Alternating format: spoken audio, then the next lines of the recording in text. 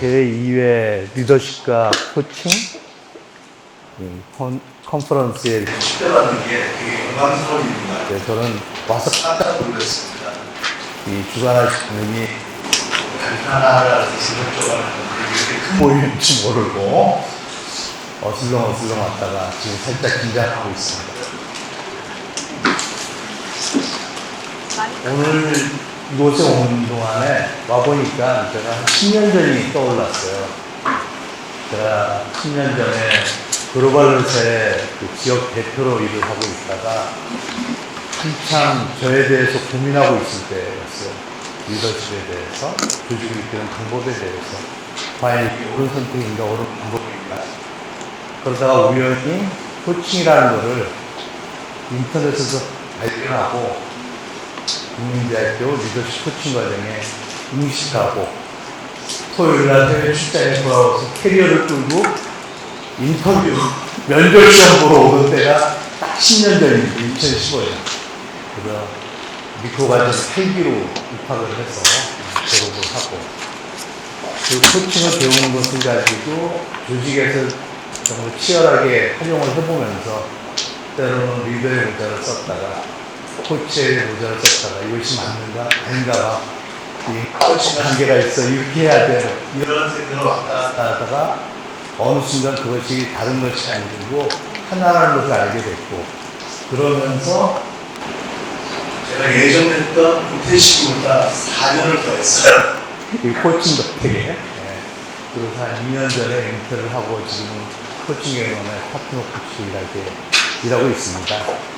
다 코칭의 도움인 것 같고 제가 공부를 여러 가지를 하다 보니까 인터넷 때문에 하기가 여러 개가 있는데 저희 와이프 말로 그런 공부보다 제일 네 인생에 도움이 됐던 게 코칭을 배운 것 같더라. 이런 얘기로 시작을 하려고 합니다. 정말 구성원들을 변화시키려고 배운 코칭이 결국은 제가 바꾼 것 같아서 저는 그 가장 큰 인생의 전환점이라고 생각합니다. 앞서서 유기혁 대표님의 발표도 들으셨겠지만 오늘날 정말 저희는 한치 앞을 예측할 수 없는 그러한 대변화의 시대에 살고 있다고 생각합니다. AI는 정말 빠르게 지나가고 있고 디지털 전환은 이미 일상이 되고 있습니다. 그래서 거기에다가 이제 아까 우리 고영석 대표님도 교수님도 말씀하셨지만 우리나라에서도 어떤 한 대통령의 탄핵이 이루어지고 또 새로운 대통령이 등장했고 미국에서도 트럼프의 대통령, 트럼프 대통령의 등장 그리고 지난주부터 갑자기 벌어진 또 이스라엘과 이란의 충돌 이러한 다양한 지정학적인 그런 변동성이 훨씬 더 예측을 어렵게 하고 있습니다. 기업들은 연초에 세운 사업 전략이 거의 무용지물이 될 가능성이 높아졌고 결국 기업들은 생존을 위한 변화를 선택해야 되고 생존을 위한 방법을 찾는 방법을 지금 고민하고 있는 그런 시대가 된 것 같습니다. 코칭 저도 많은 조직의 리더들을 만나거든요. 그들하고 대화를 나눠보면 많은 고민을 하고 있는데 공통점이 있어요. 그 공통점은 정말 뭐가 옳은 결정인지 모르겠다. 무엇이 옳은 결정인지 모르겠다. 어쩌면 그들은 그런 고민을 함께 구하고 있겠다는 생각을 코칭에 가다. 그런데 정말 재밌는 거는 이렇게 혼돈의 시기에 우리는 무의식적으로 영웅을 찾습니다. 모든 것을 다 알 것 같은 그런 사람에 의존하고 싶어지는 마음이 생겨요. 정말 지금 이 시대에 필요한 리더는 모든 것을 다 아는 리더가 아니라 어쩌면 내가 보는 나를 틀릴 수도 모른다는 인식을 하고 질문하는 리더 그리고 함께 고민한 관계를 만들어가는 리더 그런 사람이 필요할 때가 아닌가 그런 생각을 합니다. 그래서 오늘 저는 슈퍼 히어로가 아니라 이제는 혼자서 팀을 이끌어가는 리더가 아니라 함께 조직을 만들어가는 그런 리더십에 대해서 이야기를 해보려고 합니다. 괜찮을까요? 네. 시작하겠습니다. 촬영을 한다 그래서 여기서 벗어나면 좀 어려워요. 여기서 이렇게 놀고 있습니다.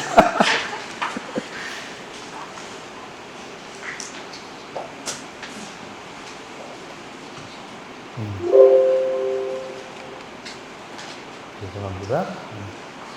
아까 말씀드린 저는 이제 글로벌 리더의 그 회사에서 코칭으로 조직 문화를 바꿔보고 어쩌면 그게 아까 그 삼자역이라 그러셨나요? 그랬더니 그걸 이제 코칭 리더십처럼 활용을 하면서 조직의 문화를 바꿔서 성과를 한 5배 정도 이렇게 바꾼 그런 경험을 가지고 있습니다.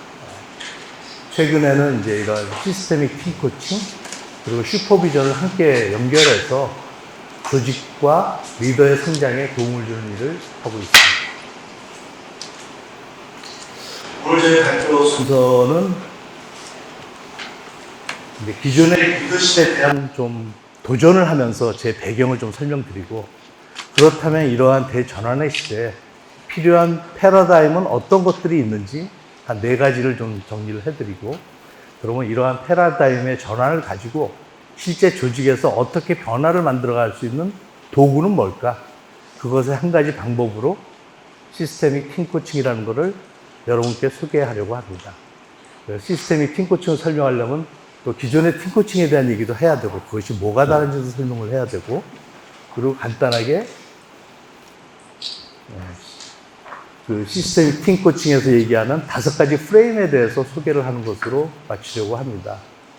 제가 강의를 전문으로 하는 사람도 아니고 교수도 아니기 때문에 제 얘기가 되게 재미가 없어요. 목소리도 작다 그래서 지금 마이크를 가까이 됐습니다. 정말 다행인 이것은 제 발표가 아까 사회자님이 말씀하셨지만 한 25분 정도 끝납니다. 여러분들이 질문을 많이 해주시고 그러면서 정말 이 시대에 우리가 함께 고민하는 그러면서 이 시간에 의미를 좀 찾는 그런 시간이 되기를 저는 희망합니다. 2023년 한 해 동안 리더십 연구에 투자된 비용은 약 8천억이 넘는다 그래요. 어쩌면 많다고 여길 수도 있고 없다고 얘기할 수 있습니다.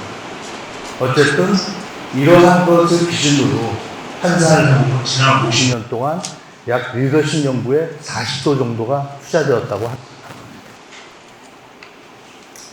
그런데 가만히 생각해보면 우리 조직은 왜 여전히 리더십의 문제가 있어요? 왜 내 생산은 그 모양일까요? 그렇게 저는 질문을 한번 해봤습니다.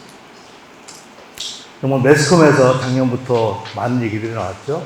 조선일보에서 이런 언보싱 문제, 리더가 리더를 기피하는 승리를 거부하는 언보싱 문제, 그리고 심리적인 퇴사, 그러한 얘기들을 하고 실제로 조직에서 전 세계 구성원들 중에서 일터에 있는 3분의 2 이상이 일터에서 시간은 투자하지만 열정과 에너지는 투자하지 않는다고 합니다. 조직의 요구에 무임승차할 방법을 찾거나 때로는 방해할 마음까지 먹는다 그래요. 그것이 실제로 그래서 효율성의 얘기를 이슈를 많이 얘기를 하죠. 근데 실제 조직에서 효율성을 되게 강조를 많이 하지만 실제로 조직의 효율성에 대한 구체적인 프레임을 제시하지 못해요. 어떻게 도울지. 이 얘기는 뭐냐면은 문제가 생기면 리더한테 책임을 묻고 리더를 바꾸는 선택을 하죠. 이거는 임시직이기 때문에 책임지고 나가는 그런 식으로 계속 순환이 되고 있다고 생각을 합니다.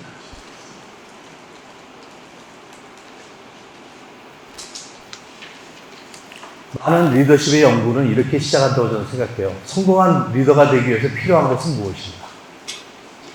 그러면서 성공한 리더가 되기 위해서 필요한 다양한 체크리스트를 만들어내요.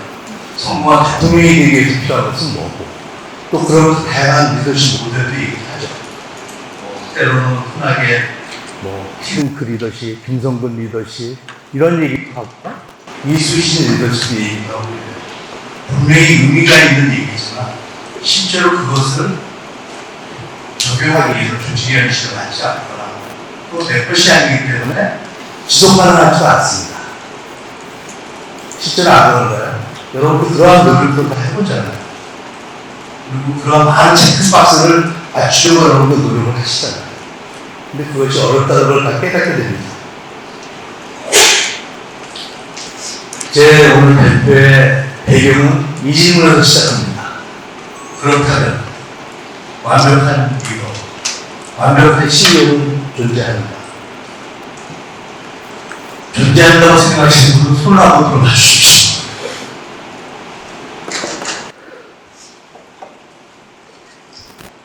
손 드신 거예요?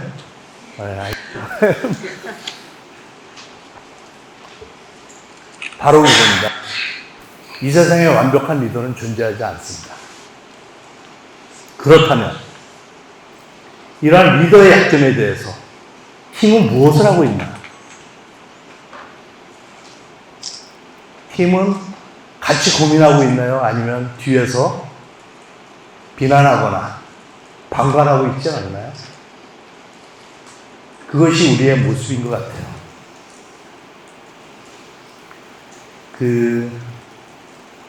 인시아드 대학의 맨프레드 교수가 이런 얘기를 했습니다. 이제 복잡한 이러한 세상에서 영웅적인 리더십은 이미 종말을 고하고 있다. 이제 더 이상 영웅적인 리더십으로 통제하고 지시하고 명령하는 시대는 끝이 났다는 얘기. 함께 고민하고 함께 답을 찾아야 되는 그런 시대가 됐다는 얘기죠. 그래서 저는 필요한 패러다임에 대한 얘기를 좀 해보려고 합니다. 먼저 아까도 얘기했지만은 그런 언젠가 몇 년 지나면은 AI가 우리의 상사가 될지도 모른다고 얘기를 합니다. 뭐 그런 일이 정말 일어날지는 저도 잘 모르겠어요. 그러나 적어도 많은 부분에서 AI는 일상화했고 우리 일을 돕고 있습니다. 그래서 AI는 이미 우리 팀원이 되어 있어요. 그래서 똑똑한 AI. 그렇지만 여기서 인간은 가치를 창조해야 된다고 생각을 합니다. 그래서 실제 리더는 스스로 탁월한 리더가 되려고 하는 것이 아니라 탁월한 팀을 만드는 리더십이 필요하다. 그렇게 해서 이 팀이 집단적으로 리더십을 발휘하고 또 함께 책임지는 그러한 것을 만드는 그러한 리더십으로의 전환이 필요하다라고 생각합니다. 그것이 제가 생각하는 첫 번째 패러다임입니다.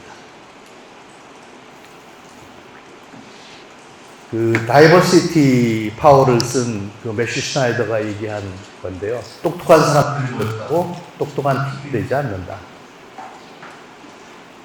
리더의 IQ는 120이 넘고 팀원들의 IQ도 그와 버금가지 않는 정말 똑똑한 팀들이 있지만 통제하고 지시하고 명령하는 리더의 카리스마에 짓눌려서 실제로 물어보지도 못하는 질문, 생각해보지도 않고 기회를 찾으려고도 하지 않는 그러한 질문들, 그런 것 때문에 우리는 인지의 사각지대가 발생해요. 결국은 팀의 역량은 IQ 80도 안 된다고 합니다. 그래서 우리가 생각하는 정말 영리한 팀, 생산적인 팀, 효율적인 팀은 개인의 역량보다 팀의 역량이 더 높은 팀이에요. 그러기 위해서는 다양성과 집단지성을 활용하고 상호 의존적이고 시너지를 낼 수 있는 팀이 되어야 한다고 합니다. 맨 마지막에 있는 팀은 근거 없이 반항적인 팀이에요. 다양성은 갖췄지만 공동의 목표가 없는 팀이죠. 그냥 다양하기만 한 팀입니다. 그래서 우리가 추구하는 팀은 이 첫 번째, 영리한 팀. 팀이 똑똑한 팀이 되는 것이 저희가 필요한 팀입니다. 두 번째는 가치 공유에서 공유 가치의 축으로 라는 말을 했습니다. 어떤 창업자나 CEO의 비윤리적인 행동이나 갑질이 크게 사회 문제가 되냐면 조직에서 일하는 구성원들에게도 영향을 미치죠. 분명히. 그러면 그들이 파는 제품의 가치를 아무리 얘기하고 또 몰입을 하고 인센티브를 준다고 해도 구성원들은 동기를 잃어버리기가 쉽습니다. 이 가치를 공유하는 팀은 뭐냐면은 가치를 만들기 위해서 서로 경쟁해야 됩니다. 그리고 성과를 추구해야 됩니다. 그리고 우리가 정보를 모아서 위에 보고하면 전략을 세워서 그 전략대로 올바르게 행동하는, 올바르게 틀림없이 액큐레이트하게 일하는 do things right, 주어진 일을 올바르게 하는 일에 집중하는. 이럴 때 제일 문제는 뭐냐면 우리 개인이 조직에서 일을 하면서 내가 진짜 좋아하고 중요하다고 생각하는 일, 옳다고 하는 일보다도 누구를 위해서 또는 그 무엇을 위해서 희생하거나 참아야 되는 일이 벌어집니다. 그럴 때 우리는 제일 중요하게 자신의 내면과 분리되는 행동을 하게 되죠. 친구를 이겨야 되고 짓밟아야 되고 좋은 사람을 무시해야 되고 이런 일이 벌어지게 되는 거예요. 이것이 가치를 공유하는 것에서 발생하는 문제라고 생각을 한다면 공유 가치를 추구한다는 것은 내가 중요하게 여기는 것뿐만 아니라 나의 동료, 우리 팀, 또 나와 함께 일하는 사람들, 또 이해 관계자들, 내 가족들, 이러한 모든 사람들이 중요하게 여기는 세상에 의미 있는 일을 하는 것을 선택해서 하는 것을 말합니다. 즉 올바른 일에 하는 것에 집중한다는 얘기예요. 그랬을 때는 현장에서 우리가 결정할 수가 있어요. 올바른 일을 선택하면 인정받고 칭찬받기 때문에 두려움이 없어지겠죠. 내가 올바른 일을 한다는 것이고 그걸 지지받는다는, 그만큼 유연하고 민첩해질 수가 있습니다. 제일 중요한 거는 통합된다는 거예요. 아까 그 키노트 얘기하기 전에 여기 계시는 부대표님하고 안남석 코치님하고 이런 얘기를 했어요. 몸과 마음과 영이 통합돼야 된다. 우리가 그럴 때 가장 자유롭고 프리젠스가 생기잖아요. 일을 할 때. 그래서 저는 이런 공유 가치를 추구할 때 사람이 통합된 자신으로 진정한 자신 내면과 연결된다고 생각을 합니다. 그래서 이 점이 저는 되게 중요하게 생각을 하기 때문에 이러한 공유 가치 추구하는, 정말 내 내면과 연결되는 일을 해야 되는 것이 중요하다고 생각을 합니다. 세 번째 문제를 개인이나 부분으로 보는 것을 멈춰야 한다는 겁니다. 해외 여기 임원을 정말 비싼 돈을 들여서 또 오랜 시간을 거쳐서 검토해서 스카웃을 했어요. 근데 한 6개월, 1년 지나니까 내가 원하는 행동을 안 해. 그러면 우리는 대부분 이렇게 얘기한다. 걔가 문제 있어. 네. 잘못된 사람을 인사 시스템에 문제가 있거나 그 사람의 문제라고 봅니다. 근데 사실 그게 그 사람만의 문제일까요? 그 사람이 이 회사에 들어왔을 때 다양한 것들이 그 사람한테 영향을 줍니다. 인터퍼스널, 나와 그 사람과의 관계, 그 사람과 상사의 관계, 팀의 다이나믹스, 그리고 그 사람이 그 조직에서 일할 때 조직의 문화, 이런 것들에 적응을 못할 수도 있고 이런 것들이 그 사람이 생각하는 가치와 맞지 않을 수가 있어요. 어쩌면 그 사람이 만나는 다양한 이해관계, 가족들과의 관계를 있을 수 있고 이러한 것들에 영향을 준단 말이죠. 그러면 문제는 그 사람이 있는 것이 아니라 그 사람이 그런 행동을 하게 한 그 원인을 찾아봐야 된다는 거예요. 그 원인은 어디에 있냐면 이러한 다양한 무의식에 영향을 주는 그 연결이 있다는 것이죠. 문제는 그 사람이 아니라. 우리가 코칭을 배울 때도 그렇지 않습니까? 인간은 무한한 가능성의 존재라고 배웠잖아요. 그런데 실제로 코칭 현장 가서 어떻습니까? 아, 우리 코칭을 하자. 그렇게 얘기하기 쉽잖아요. 내가 그 사람을 제대로 코칭할 방법을 찾지 못하거나 그런 거일 수도 있는데 우리는 쉽게 그냥 그 호흡의 탓을 합니다. 마찬가지로 일터에서도 나와 맞지 않는 사람, 내 기준으로, 내 생각으로 판단했을 때 옳지 않다고 보는 사람들은 그 사람 탓을 합니다. 근데 한번 보세요. 그게 과연 그 사람만의 탓이지. 그래서 이러한 연결을 다뤄야 된다. 그것이 제가 생각하는 패러다임의 세 번째입니다. 그래서 문제는 연결에 있다. 그래서 연결을 함께 다루어야 된다. 그런 점에서 우리가 조직에 오는, 조직은 사람들만이 그냥 모이는 자리가 아니에요. 그 한 사람 한 사람이 갖고 있는 이 많은 유기적인 영향들, 이러한 무의식의 영역들, 이런 것들이 다 갖고 오는 거예요. 우리 갑자기 그 시인의 이름이 생각이 안 나는데 조혜중 시입니다. 한 사람이 온다는 것은 어마어마한 일이라고. 그러니까 그런 관점에서 우리 조직을 생각해야 됩니다. 팀이라는 것도 단순한 사람의 모임이 아니라 대단히 유기적인 존재예요. 그런 점에서 모든 것이 영향을 줍니다. 환경이나 모든 것에 영향을 받는 그런 존재라는 거죠. 그렇게 팀을 봐줘야 된다. 이런 거죠. 네 번째는 갈등에 대한 얘기예요. 많은 조직이 갈등이 없는 조직을 꿈꿉니다. 그러다 보니까 그걸 지나치게 강조하다 보면은 갈등을 숨기거나 갈등을 참습니다. 근데 진짜 필요한 변화는 갈등을 다룰 수 있는 조직이에요. 그래서 갈등이 있다고 얘기할 수 있는 심적 안정감이 필요하다. 갈등을 있다고 얘기해서 그 갈등을 우리가 갈등과 도전을 새로운 성장과 창조의 기회로 만들 수 있는 성숙된 문화가 필요한 거죠. 그것이 팀 문화이고 조직 문화이고. 그래서 이렇게 갈등을 숨기는 것이 아니라 갈등을 다룰 수 있는 조직으로의 패러다임의 변화가 있어야 된다. 이런 얘기를 하고 싶습니다.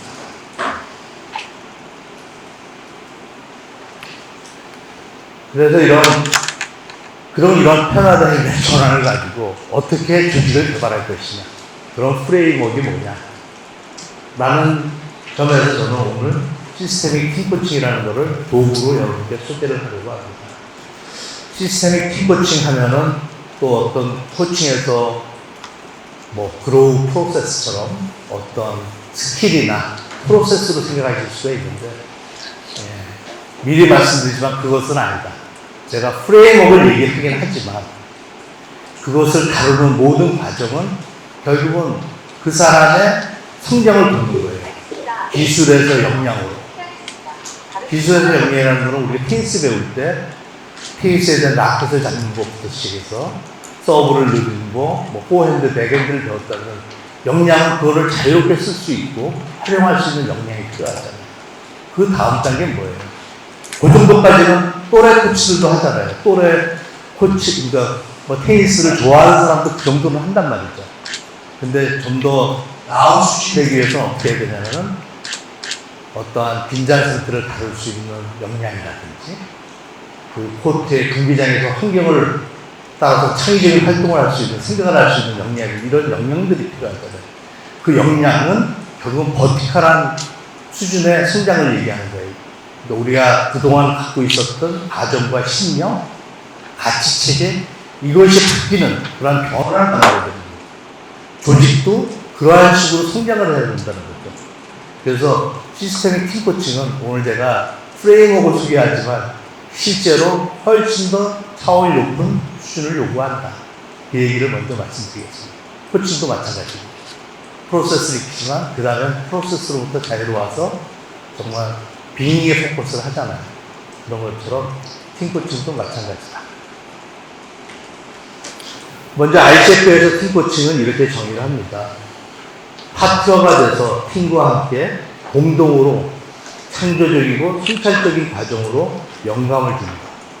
새로운 생각을 하고 새로운 성찰을 해서 변화하도록 도와주는 것을 팀코칭이라고 얘기합니다. 팀의 개발 방식은 여러 가지가 있습니다. 우리 쿠퍼의 부대표님이 계셨고 퍼실리테이션에 대해서 얘기를 제가 참 잘해야 돼요. 근데 보통 유럽 EMCC 가면은 코칭을 그냥 문제 해결 중심이라고 생각하고 멘토링을 중요하게 여기고, 또 ICF에 가면 멘토링을 어떤 조언을 주는 거라고 생각해서 또 우습게 여기고, 사실 그런 것들이 있거든요. 근데 고수들의 세상에 가면 다 이것이 통합됩니다. 같이 쓸 수 있는 거예요. 그런 점 먼저 말씀드리고, 우리가 팀빌딩 하면 대부분 1년에 한두 번 하는 행사 이벤트 정도의 효과를 가지고 있죠. 그리고 이 팀빌딩을 하고 나면은 사실은 그거를 진행하는 사람이 어떠한 책임을 지는 건 없어요. 그리고 그 효과가 지속되지도 잘 않고요. 퍼실리테이션은 어떤 이슈를 해결하기 위해서 프로세스에 집중을 합니다. 그래서 일반적으로는 그렇게 진행을 하지만 팀의 성과에 어떤 책임을 지지는 않습니다. 또 그룹 코칭은 많은 성찰적인 대화를 나누고 성찰적인 질문을 앞서서 성찰적인 것을 우리가 요구하지만 그룹 코칭은 개인의 성장에 집중되어 있죠. 팀 코칭은 그렇지 않고 좀 팀의 성장에 영향을 주는 거죠. 근데 제가 이제 팀 코칭하고 팀 코칭에서 바로 열고 성과 리더십 코칭이라고 얘기하고 하나는 시스템 팀 코칭이라고 분류하는 이유는 제가 이제 코칭을 배우고 조직에서 뭐 개인 코칭도 하고 팀 코칭도 하고 그룹 코칭도 하고 뭐 이렇게 이런저런 다양한 활동을 하면서 이런 게 팀 코칭이라고 생각했던 것을 가지고 제가 책을 쓴 게 온라인 팀 코칭이었어요. 그때 저는 그 책을 쓰면서 좀 팀 코칭을 리더십의 한 가지의 방법론으로 제가 접근했던 것 같아요. 그래서 일부러 제가 좀 자성적인 차원에서 이렇게 분류를 했어요. 제가 처음에 온라인을 책을 쓸 때는 이렇게 고성과를 창출하기 위한 리더십의 방법론, 몰입과 동기를 촉진하고 이 변화라는 것이 그냥 한 사람의 의지로 바꾸는 것이 아니라 환경도 고려해야겠다. 그래서 이런 것들을 다뤄서 변화를 만들어야 된다. 이런 생각으로 그거를 끌어가려면은 이런 방식으로 하는 게 좋아. 이런 관점에서 제가 온라인을 좀 어프로치했다면 시스템 팀 코칭은 그렇지가 않아요. 아까 얘기한 대로 공유 가치를 만들고 다양한 좀더 에코시스템을 좀 함께 고민하고 공동의 성과와 같이 지속가능한 성장과 협력 이런 것에 좀 더 포커스되어 있다는 걸 나중에 알았어요. 그래서 이렇게 분류를 해놨습니다. 왜 시스템이냐 그러면 아까 우리 키노트 시스템에 대한 얘기가 잠깐 나왔어요. 시스템적인 사고도 얘기했고 그리고 통합 얘기 좀 나왔고 결국은 이제 제일 처음에 이제 그 카프라라는 사람이 시스템에 대한 언어를 처음 썼다고 그러고요. 그 뒤에 피터 세기가 시스템ik 띵킹 이래가지고 되게 유명해졌죠. 결국은 공통의 목적을 위해 함께 연결되고 작동하는 요소들의 전체를 시스템이라고 얘기합니다. 인간이 자유로울 수가 없고 모든 것에 영향을 받잖아요. 그런 점에서 시스템의 관점을 얘기를 하는 겁니다. 그래서 이 분류는 제 임의로 하고요. 이거는 뭐 RCF에서 이렇게 분류한 거 아닙니다. 제가 그냥 팀코칭 책 써보고 팀코칭에 대해서 이런저런 생각하고 시스템 팀코칭이 그걸 두고 이런 책에 있다고 얘기한 거예요. 이전에 팀코칭에서는 이렇게 시작합니다. 자, 우리가 한 팀이 되었으니까 자, 우리 잘 지내보자. 우리 어떤 일을 할지 우리의 공동의 목표를 한번 만들어보자. 우리 미션도 한번 만들어보고 이렇게 시작을 해요. 안 그런가요? 소통회사에서. 그래서 이럴 때는 팀이 목적을 만듭니다. 팀이 우리가 만드는 목표도 만들어야 됩니다. 팀이 중요해요. 그리고 그것을 하는 게 리더가 이끌고 하죠. 근데 시스템의 팀 코칭은 이렇게 시작합니다. 이 팀이 존재하는 이유가 뭐야? 그렇지 않습니까? 기력이 생기고 사람이 목적이 사람이 모인다면 기록을 만드는 거 아니잖아요. 팀에서 할 일이 있으니까 사람을 꼭 모아서 팀을 만드는 거죠. 그래서 그 목적을 발견하는 일을 보죠. 우리 팀이 왜 생겼어? 우리 이해관계자가 우리 팀에서 기대하는 것이 뭐예요? 미래의 세상이 우리 팀에서 요구하는 것이 뭐예요? 이걸 한번 생각해보면서 시작하는 겁니다. 그래서 아웃사이딩, 퓨처, 미래에서 현재로 외부에서 내부로 이런 관점에서 우리 팀을 살 일을 먼저 비전, 정확한 목적을 발견하는 거예요. 그것이 의미 있는 목적이 될 때 팀이 시작할 수 있는 거예요. 그래서 그런 걸 강조합니다. 그렇기 때문에 목적이 팀을 만들고 그것은 그 가치의 목표가 될 수 있습니다. 이 팀 코칭은 그래서 팀의 어떤 협력 이런 것에 되게 동기부여 이런 것에 모여 있어요. 그래서 서로 협력하는 그런 것을 강조하기 때문에 EQ도 중요하고 위큐도 중요하고 협력 기능이 되게 중요합니다. 근데 시스템의 팀 코칭처럼 생태계 전반의 코에볼루션, 공진화, 함께 성장하는 거랑 비교하면 좀 작은, 우리 팀만 성장하기 때문에 작은 위키로 썼습니다. 그리고 너와 나 윈윈하는 이런 관계지만 시스템 팀 코칭은 항상 둘이 아니에요. 우리 둘 간의 대화에서 너도 윈이고 나도 윈이 아니라 우리가 함께 사는 또 다른 위가 또 하나 있는 거예요. 생태계, 이해관계, 승리까지 함께 보조하는 것이 이 시스템의 팀 코칭입니다. 이것이 가장 중요한 차이입니다. 그래서 코치에게도 팀 코칭은 어떤 일이냐면 대부분 유연성이나 한두 번으로 끝나요. 팀 코칭은 그냥 우리 다락이라든지. 그래서 종종 퍼실테이션하고 되게 헷갈려질 때가 있어요. 약간의 질문하는 스타일. 근데 우리 그래프님처럼 퍼실테이션하면서 통찰적인 질문하면 차이를 못 느낄 수도 있어요. 근데 시스템 팀 코칭은 협력적 파트너. 이거는 뭐냐면 제 문제일 때는 가까우게요. 그리고 우리는 책임원들은 밀붙이는데 가의 전략까지 우리가 구비되지 않아요. 그 사람이 왜 이걸 요구하는지 구체적으로 알지 못해. 근데 협력적 파트너는 지속적으로 같이 협력하는 파트너가 아닌 거예요. 그러면 그 사람들이 생각하는 전략도 공유를 하고 내 전략도 공유하고 책임도 공유하고 이렇게 지내는 것을 시스템ik 팀 코칭이라고 합니다. 저희가 훨씬 더 복잡하기도 하고 무겁기도 하고 엄중하기도 하고 그렇습니다.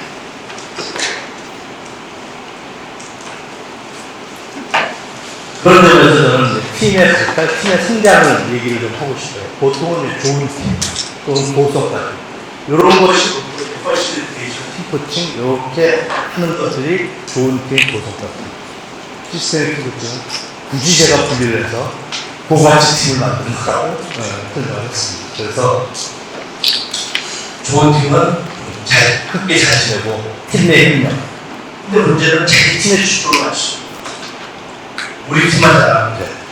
그리고 좋은 팀이나 고급 같은 팀의 특징이 뭐냐면 함께 일할 때는 한 팀이에요. 팀을 떠나면 항상 팀이 그들이 하고 연결이 없는 거죠. 그리고 좋은 팀이나 고속 같은 팀이나 여전히 리더가 있는 거죠. 단지 고속 같은 팀은 좀 더 탁월한 성과에 주종을 맞추고 높은 열정과 에너지, 동기에 대한 것을 훨씬 많이 다루기도 합니다.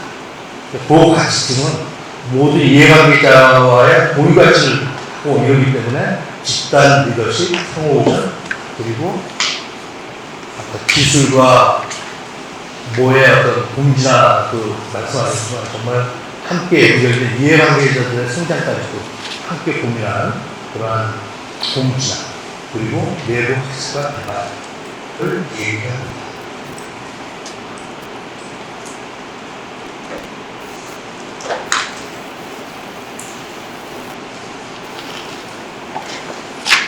여기까지 프레임워크입니다. 아까도 말씀드렸지만 프레임워크이라 그러니까 요거를 프로세스로 생각할 때 그것이 아니라 우리가 다뤄야 될 한 5가지 부분들 이렇게 좀 생각해 주시면 좋을 것 같아요.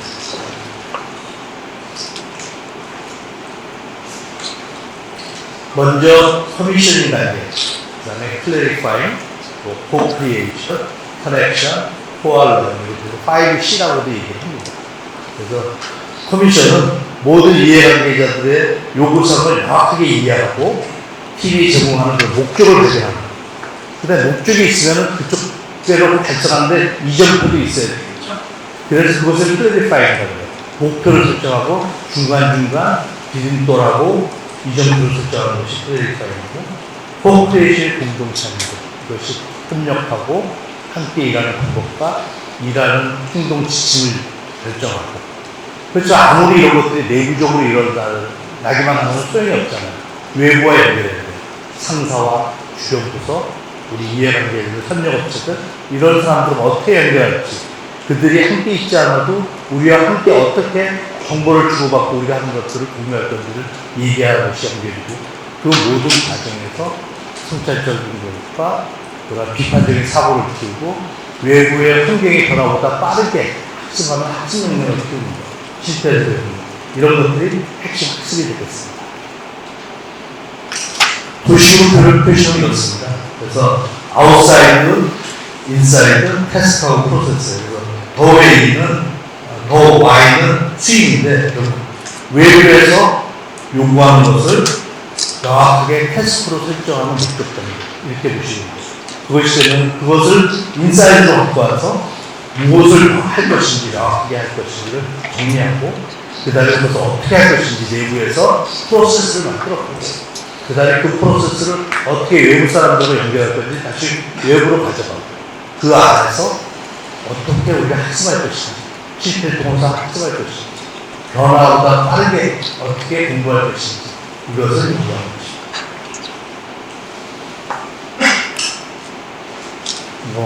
마찬가지로 우리가 사람으로 성장할 때 이런 식으로 성장한다고 리더도 처음에 관리자가 됐지만 나중에는 코치 같은 사람으로 돼야 되는 거고, 그래서 관리자가 IQ가 높은 것이 중요했다면은 코치형 리더가 되기 위해서는 IQ, EQ, 협력심이 있어야 되고, 또 진짜 리더십을 성장시키는 약간 제가 단어를 적었을 때 산자처럼 지원하는 것처럼 지원하는 리더십이 비슷한 리더십, 비슷한 얘기인 것 같아요. 그래서 이런 식으로 좀 바뀌어야 된다. 리더십에 대한 여정이. 그래서 저는 이런 점에서 어쩌면 미래의 리더는 이런 시스템의 팀 코칭형 리더가 되어야 되지 않을까? 이런 생각을 해봤습니다. 마무리입니다. AI가 아무리 진화를 인간이 할 수 있는, 인간이 할 수밖에 없는 것은 의미를 만들어냅니다. 그리고 공동의 목적을 향해서 진정성 있게 관계를 만들고 협력하는 능력은 오로지 인간밖에 할 수가 없다고 생각합니다. 바로 그 점을 우리가 되게 중요하게 얘기해야 됩니다. 그것을 만드는, 그것을 활용하고 잘 쓰는 방법이 시스템의 팀코치이다. 그리고 이러한 팀코치가 한두 번의 이벤트로 끝나는 것이 아니라 지속적으로, 아까 그 5C가 팀법을 해서 쏟아서 끝나는 것이 아니라 어떤 것부터 먼저 시작해서 다시 조준하게 됩니다. 그래서 꾸준히 참석하게 되면 결국 이건 계속 다루면서 또 성장하면서 다르게 바뀝니다. 조직의 목적도 바뀝니다. 다시 리뷰하고 다시 만들고 인원이 새로 바뀌면서 또다시 검토하고 이러는 거죠. 그래서 그러한 과정이 있는 것입니다. 이렇게 제가 발표를 마치려고 합니다. 감사합니다. 혹시 질문?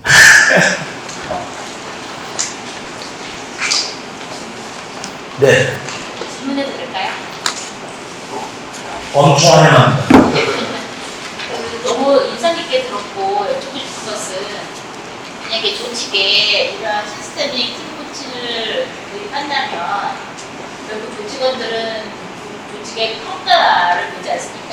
구성면의 어떤 평가, 결국 이 평가와 이 시스템의 팀 코칭이라든가 리더에 대한 부분들이 맞물려 있는 생각이 들거든요. 그럼 결국 성과를 평가하게 되면 이게 가치를 중시하는 부분이 서로 배치될 수 있다는 생각이 들거든요.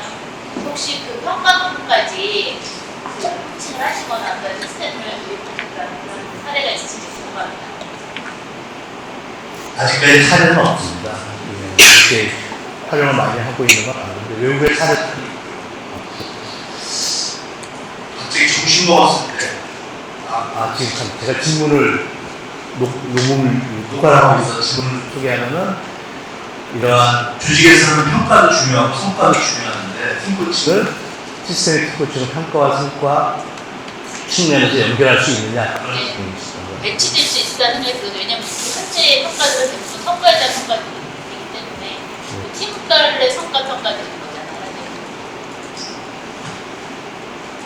아까 점심 먹으면서 여러 코칭들이 이런 얘기를 했어요. 그 현직 CEO 분이 요즘 강의를 하시면서 어떤 걸 하냐.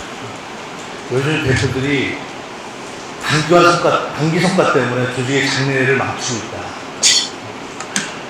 그런 얘기 많이 해요. 근데 그 리더도, 그 CEO도 밑에 상무 전무일 때는 그런 CEO를 손가락질 했던 CEO입니다. 그래서 이런 것이, 그러한 연결되는 부분들을 어떻게 다루냐가 시스템의 코칭의 할 일이라고 생각했다. 그것이 이렇게 해서 평가를 받아야 되는데 어떻게 하냐 이 방법이 아니라 성과도 내면서 좋은 평가를 받기 위해서 우리가 무엇을 무슨 연구를 역할을 할 것인가, 어떻게 우리가 소통할 것인가, 그거를 함께 고민하고 팀하고 같이 하는 것이 시스템이 코칭의 본질이에요. 너무 덩떠있는 얘기로 네. 실천적으로 하는 것은 그만큼 어렵다는 얘기예요. 그래서 조직의 진단도 면밀하게 들어가야 되고, 이것을 하기 전에 그 이해관계자들을 진단을 합니다. 그래서 그들이 요구하는 것이 구체적으로 무엇인지를 명확하게 파악을 하고 나서 그것들을 연결시키는 작업을 하지, 지금 얘기하는 그 사람의 시선으로 그 문제를 해결하는 것은 시스템 팀 코칭하고 씁니다. 또 어렵게 대답했더니 질문이 더 어려워요. 그러면 이렇게 맞춰볼까요? 네. 온라인 코칭 책을 쓰시고 네. 쓸 때만 해도 했을 때 습관이 있어서 그러고 나서 이제 실사에 전환 이렇게 비교할 수 있는 두 개를 보시면서 이제 현재 기업들이 운영하는 것들이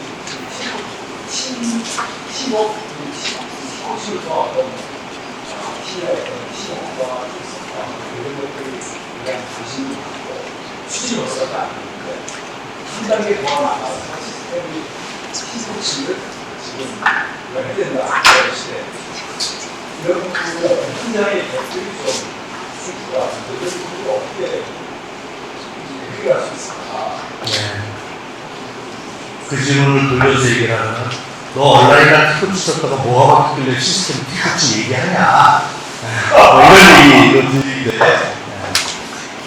정말 팀코칭이라고 있고 팀빌딩이라고 얘기하면서 쓰고서 팀빌딩이라고 얘기하는 거랑 비슷해요. 조직에서 팀코칭을 요구할 때 어떻게 하냐면은, 얘들 하나만 잘 시켜주면은 나머지 내가 다 할 수 있어. 이 얘기는 얘들이 다 내 한마디를 뚝뚝 입술을 따라왔으면 좋겠다는 얘기예요. 근데 그것이 과연 집단 리더십이에요. 그런 거에 대한 제가 챌린지가 없는 거예요. 이 변화, 우리 뷰카 시대에 이 복잡한 문제를 이거 혼자 풀 수 있을까요? 리더 혼자 잡으려는 것이 과연 올바른 방법일까요? 함께 성장해야 된다. 그들이 현장에 있는 사람이 애티튜드나 생각하고 말하고 행동하는 것이 바뀌지 않으면 그들이 올라오는 정보가 정확한 정보가 아닐 것이고, 그들이 내리는 결정이 함께 내리는 결정이 아닐까 싶어요. 그 본질을 놓치는 것 같아서 저는 시스템 코칭을 강조하고 있습니다. 이렇게 마치도록 하겠습니다. 감사합니다.